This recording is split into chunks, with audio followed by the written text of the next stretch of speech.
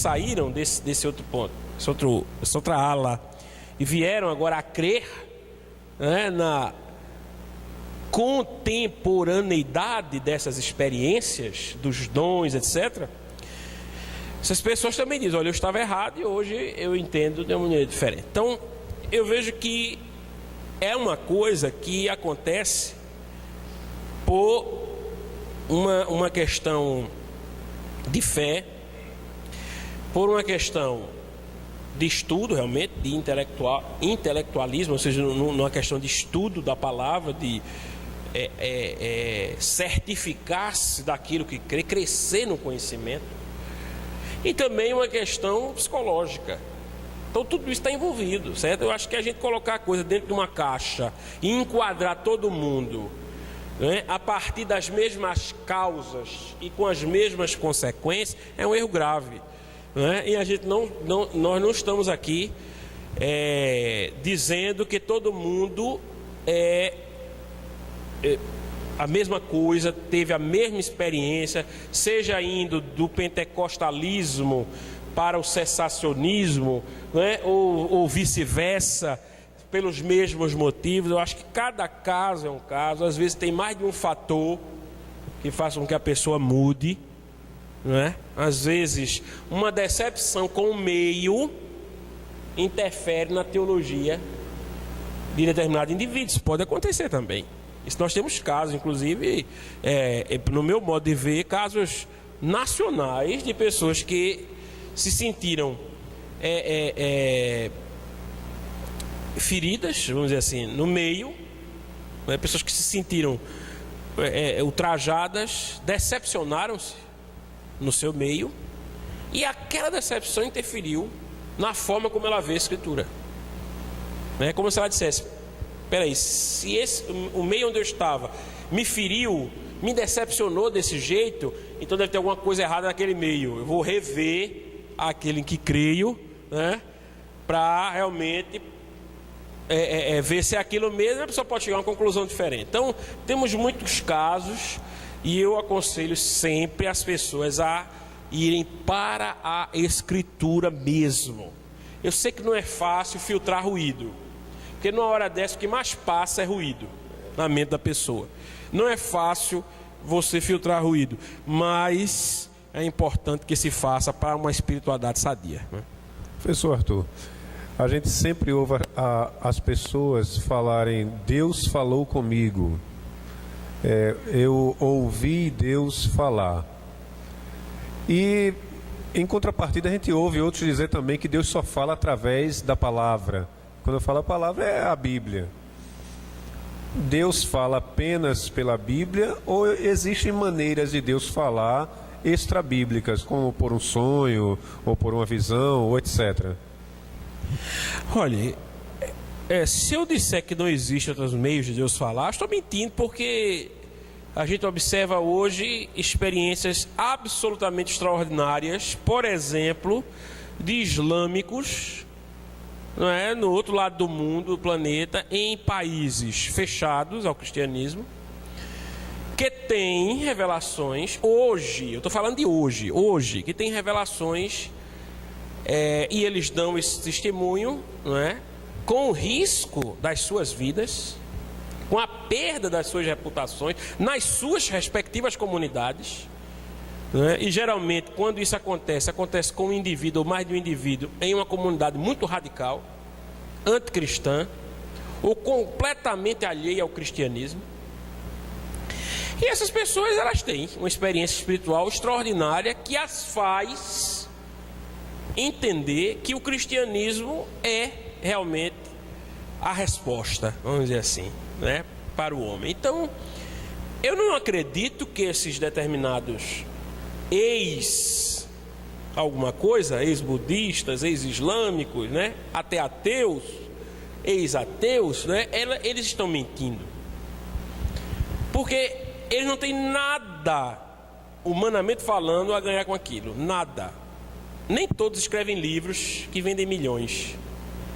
O que você observa de alguns desses casos é a perda de tudo, não é? Então é a perda do contato com a família, a perda de reputação no seu meio, né? E etc. E eu não acredito que eles estão mentindo por quê, né? Então é uma maneira de Deus falar. Eu acredito que hoje na igreja Deus fala através de outros meios, sim, mas é lógico, entendeu? Eu penso que através de uma experiência pessoal com Deus, por exemplo, um dom de cura. Vamos supor, e eu acredito no dom de cura para hoje, né? Vamos imaginar que uma pessoa dentro de uma determinada comunidade orou por outra que estava com uma doença terminal e houve uma cura absolutamente sobrenatural, inconfundivelmente sobrenatural. E vamos imaginar que aquela outra pessoa não é cristã, aquela que foi curada, né? Aquilo é uma maneira de Deus falar com ela. Observe, né? É claro, é óbvio que a pessoa vai ouvir falar de Jesus, é óbvio, né? Eu não estou dizendo que as pessoas podem se converter sem uma revelação direta, especial de Deus. Não é isso que eu estou dizendo. O que eu estou dizendo, a sua pergunta é: Deus fala através de outros meios? Sim, né? Aquele foi o meio de Deus falar com uma pessoa, né? Por exemplo, inúmeros casos que eu conheço de pessoas que, mesmo sem serem cristãs evangélicas, até participantes de outras religiões, tiveram um sonho e lhes foi revelado alguma coisa dentro do cristianismo. As pessoas foram buscar a fé cristã de maneira mais acurada e se converteram. Aquilo que as impulsionou aí não foi uma maneira de Deus falar? É claro que foi. A mesma coisa acontece com cristãos já convertidos, né? Eu tenho uma experiência em que Deus me mostra alguma coisa, como aconteceu com um pastor meu, com um amigo meu, que teve um sonho e ele viu neste sonho um pastor de uma denominação cuja maioria dos pastores não acredita nos dons espirituais, não é? E esse pastor, meu amigo, ele teve um sonho, e neste sonho, isso foi ele que me disse, né? Deus estava revelando que havia um objeto na parede da igreja onde ele pastoreava.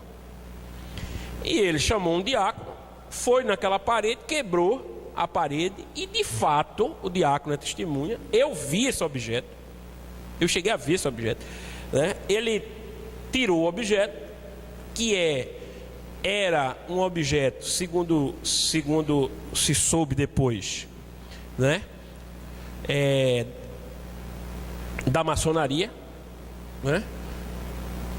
Não se sabe quem foi que colocou ali, né? Pode ter sido um maçom, não sei, mas era um objeto pela forma pertencente, né? O símbolo é muito parecido com o símbolo da maçonaria. E segundo ele, esse pastor, a ordem divina foi de retirar aquele objeto da parede, uma coisa que ele não sabia, não tinha nem ideia, né? E Deus deu um sonho e a pessoa teve essa. Então eu acredito piamente que o Senhor Deus fala conosco através de outros meios. Agora, a questão é nós não confundirmos isso com novas revelações que vão tomar o lugar da Bíblia. Não é isso que nós estamos dizendo aqui, certo? Não existem novas revelações que vão tomar o lugar da Bíblia. Quando acontece isso, é coisa de seita, entendeu? Então não é uma nova revelação que vai tomar o lugar da Bíblia. Não, isso é coisa de seita pseudo-cristã, falsamente cristã. Não é isso que a gente está defendendo aqui. A partir do momento que alguém diz que teve uma revelação que vai substituir a Bíblia, que é uma nova revelação a partir da Bíblia, isso é heresia, deixou de ser cristianismo, entendeu? Pastor, o senhor estava falando sobre um irmão que orou e que Deus revelou a ele. E eu estava pensando aqui, queria perguntar sobre a relação entre a experiência e a oração. E a pergunta é: a experiência está relacionada com a vida de oração do indivíduo ou da comunidade? Mas com certeza, na maioria das vezes, sim, mas nem sempre. É como eu dei o exemplo agora de pessoas que tiveram experiências quando elas não tinham nenhum conhecimento do cristianismo, então elas não podem ter aquela experiência por causa da oração, não é? Agora, em relação à realidade da igreja e as experiências espirituais previstas na Bíblia para a igreja, não é? Você observe que a própria prescrição do apóstolo Paulo: buscai com zelo os melhores dons. Como é que eu busco? Não pode ser uma busca física, não é? Tem que ser uma busca metafísica, vamos dizer assim, para usarmos uma linguagem filosófica. E a metafísica cristã diz respeito a tudo aquilo acerca da espiritualidade cristã, inclusive a oração. Então é uma busca que inclui a oração, o jejum, não é?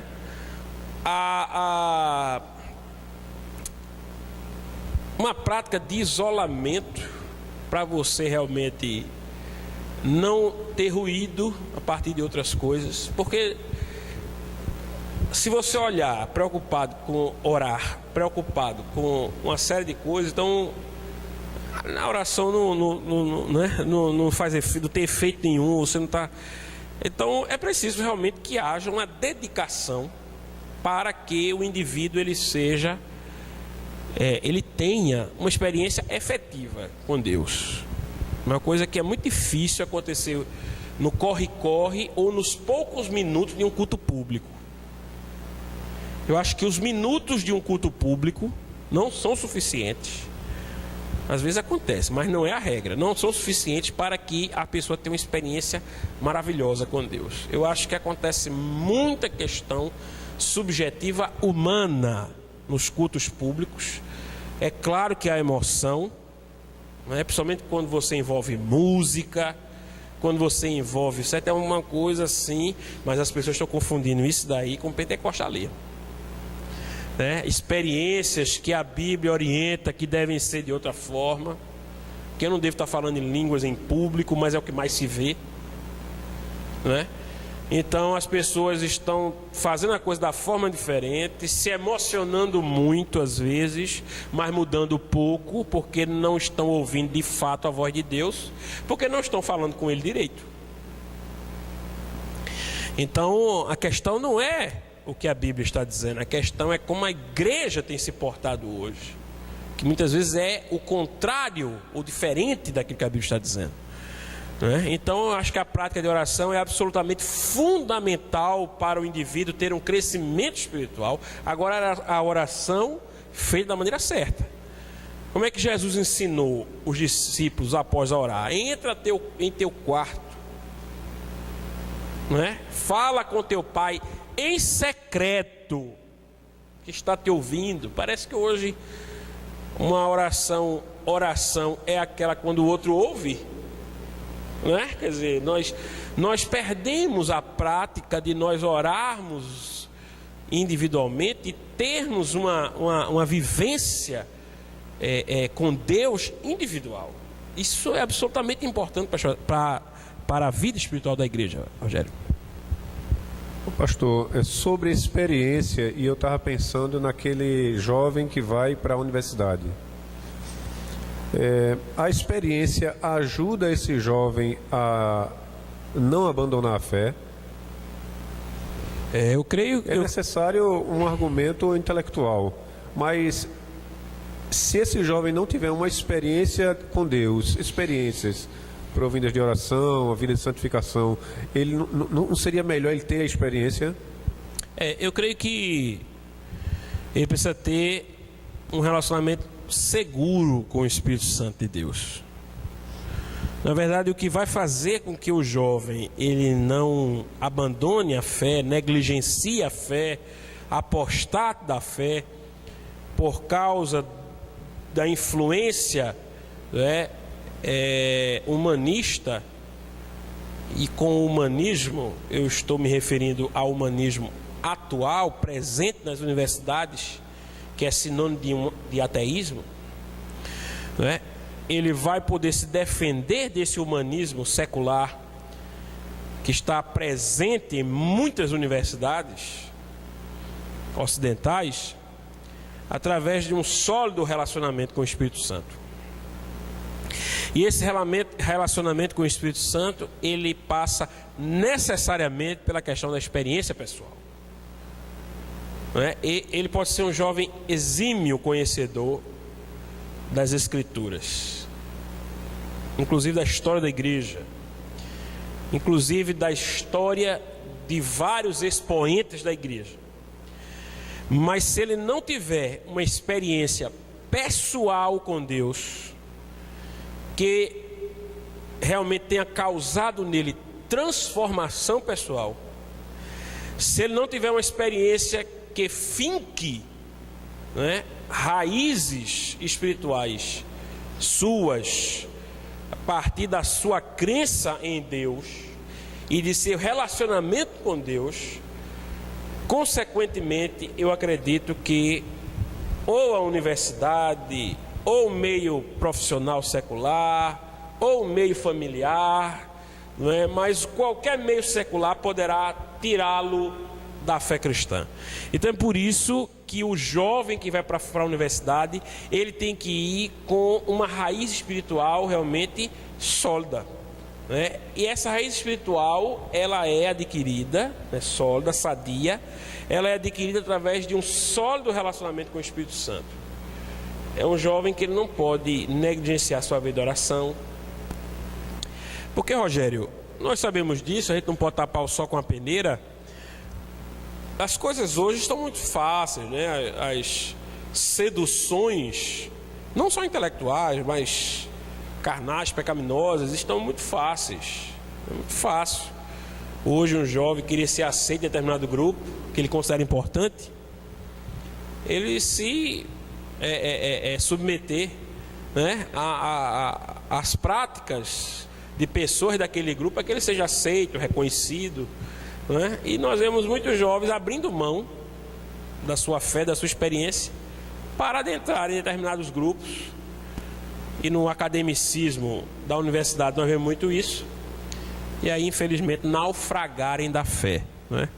Então isso é uma coisa que tem que ser realmente observada, e que os jovens que estão nos escutando e que porventura estejam entrando na universidade agora, ou que eles estejam passando já por esse tipo de problema, que peçam a Deus força, graça, né, para que eles retornem ao primeiro amor da sua fé, né? O internauta Flávio Aguiar Gomes, ele nos faz uma pergunta, pastor. O batismo no Espírito Santo existe mesmo? É a pergunta que ele fala. É como se ele quisesse dizer que se existe hoje, se essa experiência é real. É claro que existe, né? Claro que existe. Nós vemos isso em Atos dos Apóstolos, eu penso que sim, né? De maneira clara nas Escrituras, né? Você vê um momento em que Paulo se encontra com discípulos de João em Éfeso,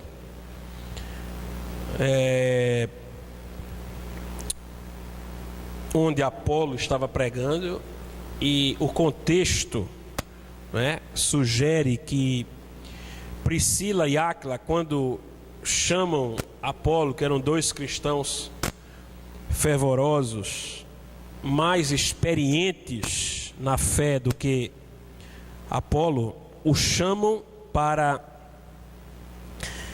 a Bíblia diz, instruí-lo melhor, né, acerca do caminho, ou seja, do cristianismo mesmo, apesar de Apolo ser retratado já como um homem poderoso nas Escrituras e eloquente. O contexto daquele texto em Atos dos Apóstolos é o contexto do batismo. Ou seja, logo em seguida Paulo aparece ali, encontra alguns discípulos de João, e Paulo pergunta se eles haviam sido batizados exclusivamente no batismo de João, ou se eles tinham recebido batismo com o Espírito Santo, e eles afirmam que nem sequer tinham ouvido falar ainda do Espírito Santo. Vejam que eram, obviamente, eu entendo que por serem discípulos de João, àquela altura do campeonato, eram pessoas que sabiam de Cristo, de Jesus, com certeza, eu não tenho dúvida nenhuma, porque se teve uma coisa que João fez ainda em vida, não é? Foi falar acerca do Cristo. Eis o Cordeiro de Deus que tira o pecado do mundo. Não é possível que as pessoas que andavam com João não soubessem de Jesus, né? Até no momento em que João parece ter duvidado um pouco de Jesus, quando ele estava preso, que ele manda discípulos para Jesus, perguntando: és tu o que havia de vir ou devemos esperar outro? Não é? Para ter certeza absoluta. E Jesus disse: olha, os milagres falam por mim. Vá para João e diga: os cegos veem, os leprosos são purificados, os coxos andam, os mortos ressuscitam, e a todos é dado a conhecer os mistérios do reino de Deus. E eles voltam para João e dizem: olha, João, não se preocupe, porque realmente aquele é o Cristo, né?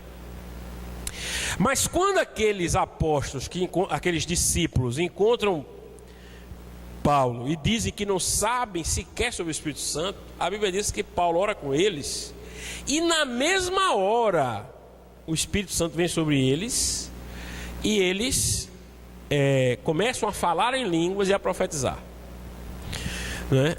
A grande questão, que é motivo de disputa entre as pessoas, é se aqueles homens já eram cristãos ou não. Eu penso que eles eram cristãos e tinham conhecimento de Cristo. Então ali eles são batizados com o Espírito Santo, e eu acredito particularmente que eles eram cristãos, faziam parte inclusive da comunidade de Éfeso, né? E isso inclusive, Eugênio, pode ser tema para um outro debate, né? Para uma outra conversa, um outro programa, o batismo com o Espírito Santo.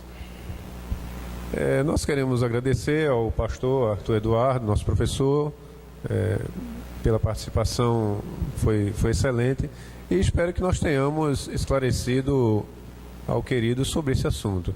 Esse foi mais um programa Teologia em Foco, e ele estará no YouTube, e você poderá curtir a nossa página, participar. Nós também temos uma página no Facebook, Teologia em Foco. Você também pode curtir e nos acompanhar e fazer as devidas perguntas, as intervenções. Sugerir temas. Sugerir temas, pode fazer perguntas ao professor Arthur. O professor Arthur tem um blog, o fatosemfocobrasil.com. Então, busque esse blog, curta esse blog, participe desse blog, comente sobre esse blog e fale para os seus amigos sobre esse blog. É um blog de informação, não é isso, pastor? Muita informação, isso. Não é isso? Teologia, igreja, sobretudo informações importantes para a igreja, né? E também para o esclarecimento de algumas questões para os internautas, né? O público em geral. No geral, muito obrigado pela sua audiência e que Deus nos abençoe. Amém? Deus abençoe em nome de Jesus.